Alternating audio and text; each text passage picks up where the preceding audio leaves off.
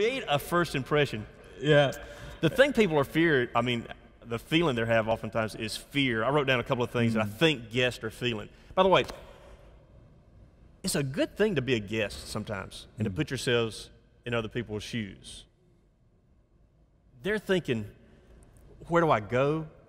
Am I going to look silly because I don't know the format? Where do my kids go? Is it going to be safe? You're just there, and it's just like, man, this is awesome. It's good to be in the house of the Lord, and we're so glad to be here. They're thinking, is anything going to happen that's going to put me on the spot? And we have to be sensitive to that and create the atmosphere of friendliness and welcome. Yeah. Great quote there from Barna. Yeah, it's that, more than 70% of the people who visit a church make up their minds about coming back before the pastor ever gets up to speak.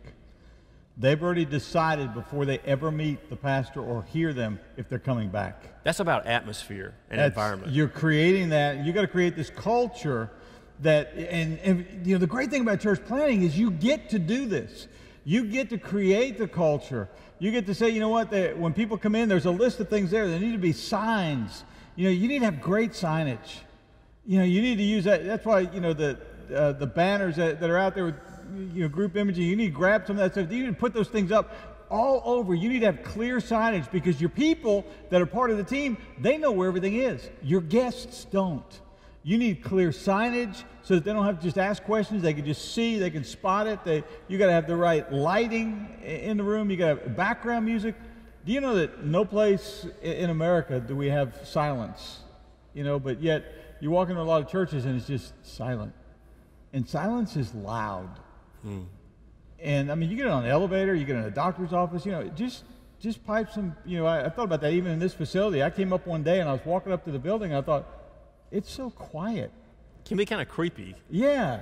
It's like, I don't hear anything. Yeah. And so I told the team, I said, don't we have speakers outside? And they went, yeah. I said, do we use them? Well, not real loud. I said, crank them up. I want people to drive in and hear the music and be drawn to it. And, so you think through that coffee and refreshments, the whole, cafe. I remember when we started, I had this one lady that, she said, I'd love to do coffee and donuts. I said, great, you're it. And she said, what do you mean? And I said, that's your idea. Go for it. You do coffee and donuts. And that was her. She was a hat lady. She wore a different hat every week, and she did the coffee and donuts, and she loved it. And it was just warm, inviting. It was cafe. We gave it away. Today, what we do, we've got cafes out there, but we started putting up hospitality tents. If you come here on the weekend, there's a hospitality tent in the corner near every entrance, and as people are coming in, we have people that work the hospitality tents that are just greeting people and saying, hey, would you like a bottle of water? Giving them a bottle of water as they come in. So just creating this environment of warmth, and we want you here. And that whole stranger danger thing about, not knowing, what's it going to be like, all the guests sitting in the back in case they start passing the snakes out.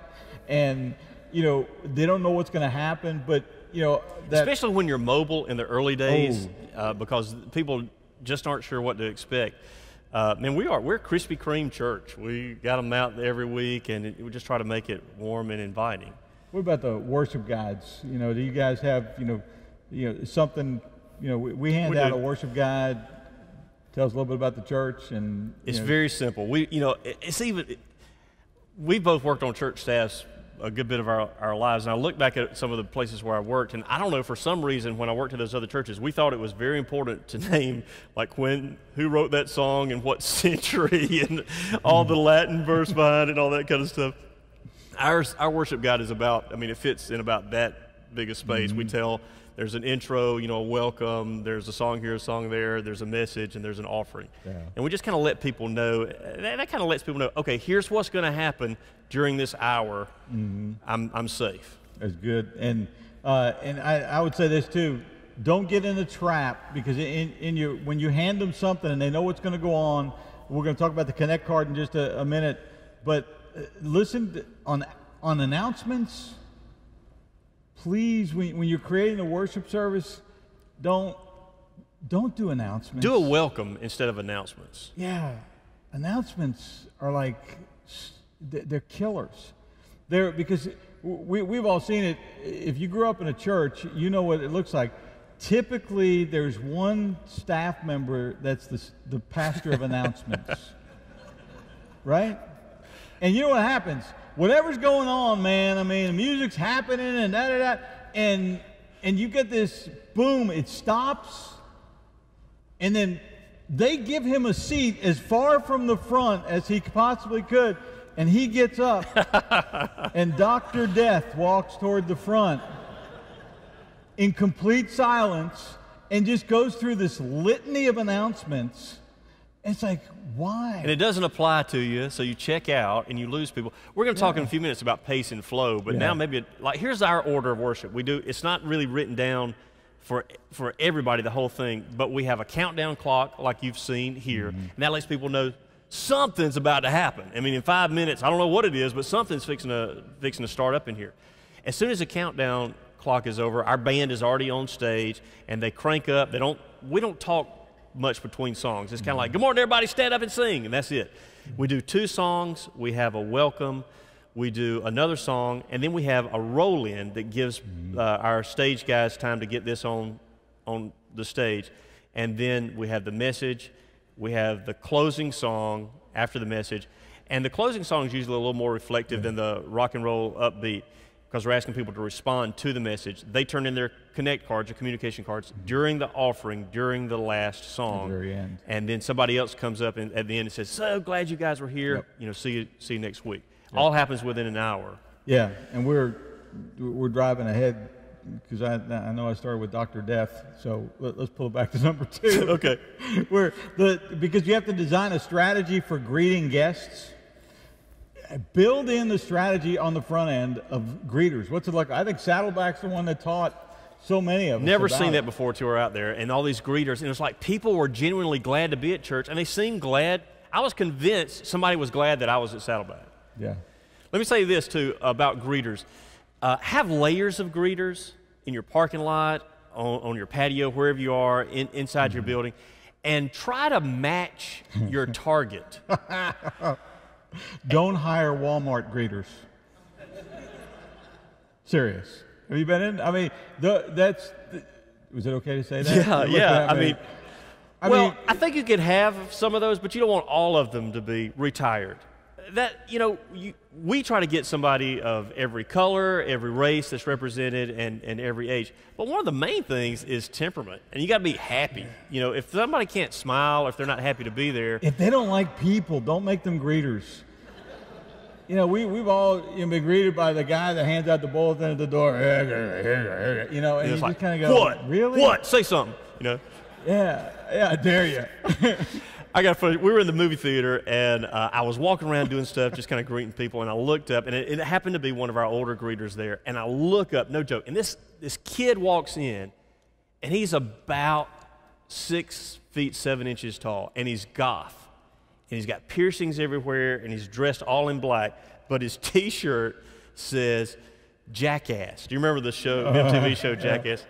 And I see a little bitty lady about this big walking toward. I was like, oh, this ought to be good. What the heck is going to happen, you know? And I didn't know what she was going to do, quite honestly, because I didn't really know this lady very well. I got to tell you, she went up to him. She took his hand. Hey, sweetheart, we're so glad that you're here at Harvest. Come right in. We got some coffee. We got some donuts over here. And I think he was actually coming to make an impression, like to see if this new church was going to push him back. I got to tell you, that kid's name was Damien, by the way, which is, that kind of sounds demon anyway, you know. Baptized Damon later. He accepted Christ and baptized him. But I was so proud. He wouldn't have made it past the back doors of most churches. I was so proud of that little greeter. And though she wasn't necessarily that target, she was sweet, and she was loving, and she had the heart.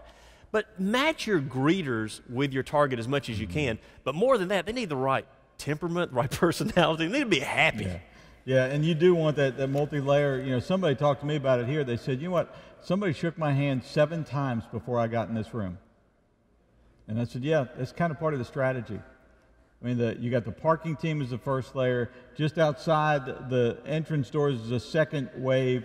The doors themselves are the third wave.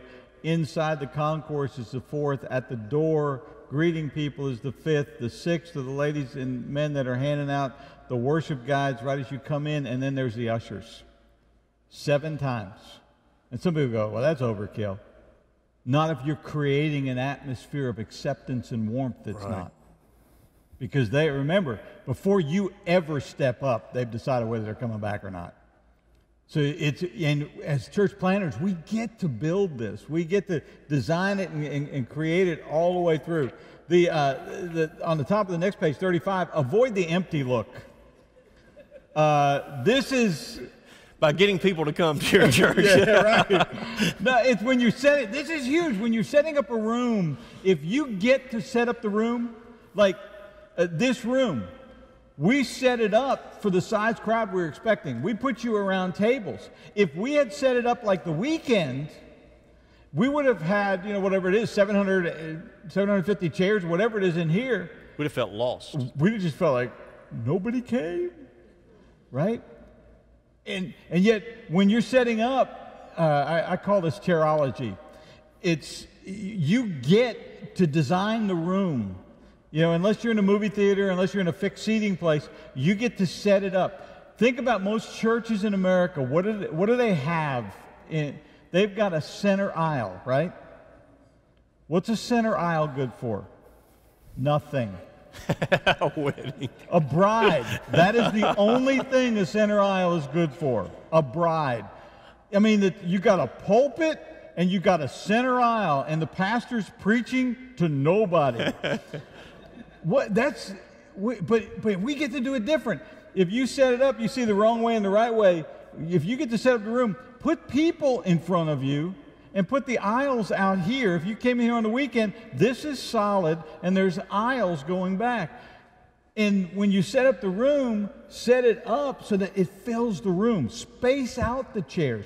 We could fill this room with 300 seats, or we could fill this room with 750 to 1,000 seats. All depending on how we spread out the aisles.